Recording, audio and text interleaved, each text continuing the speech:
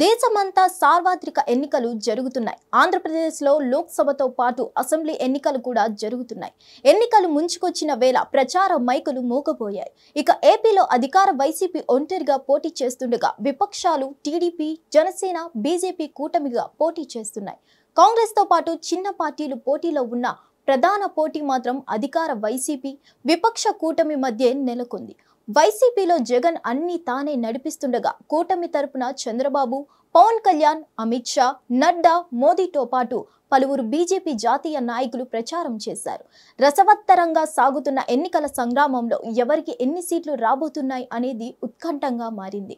Voter నాడి అంతు చిక్కకపోవడంతో పార్టీలు tension పడుతున్నాయి. ఈ క్రమంలో తాజాగా మరో సర్వే ఫలితాలను వెల్లడించింది.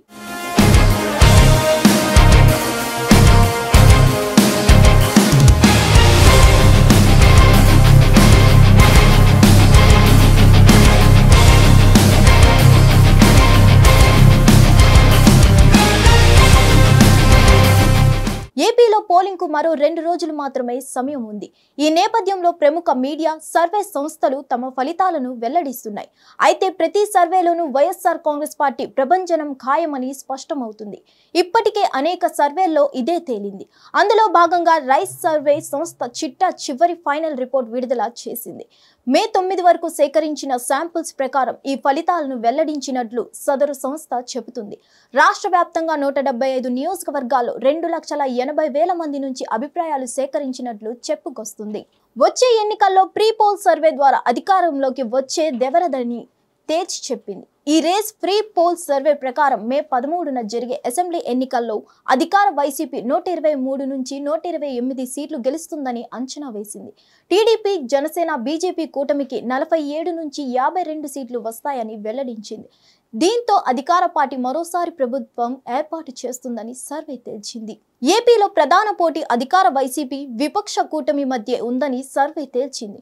మొత్తం 25 లోక్సభ స్థానాలు ఉన్న ఏపీలో 2024 మే 13న జరిగే ఎన్నికల్లో వైఎస్ఆర్సీపీకి పోల్ అయ్యే ఓట్ల శాతం 49.8% వరకు ఉంటుంది.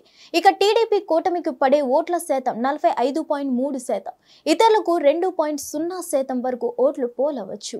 కాగా ఈ రేస్ ప్రీ పోల్ సర్వే ప్రకారం ప్రభుత్వంపై వ్యతిరేకత, ధరల పెరుగుదల, విద్యుత్ ఛార్జీలు, నిరుద్యోగం, లిక్కర్ ధరలు, రోడ్లు సరిగా లేకపోవడం, ఉద్యోగ ఉపాధ్యాయుల నుంచి వ్యతిరేకత, అమరావతి రాజధాని అంశం, ల్యాండ్ టైటిలింగ్ యాక్ట్ పై అనుమానం తదితర అంశాలు వైసీపీపై ప్రభావం చూపాయని ఈ సర్వేలో తేలింది.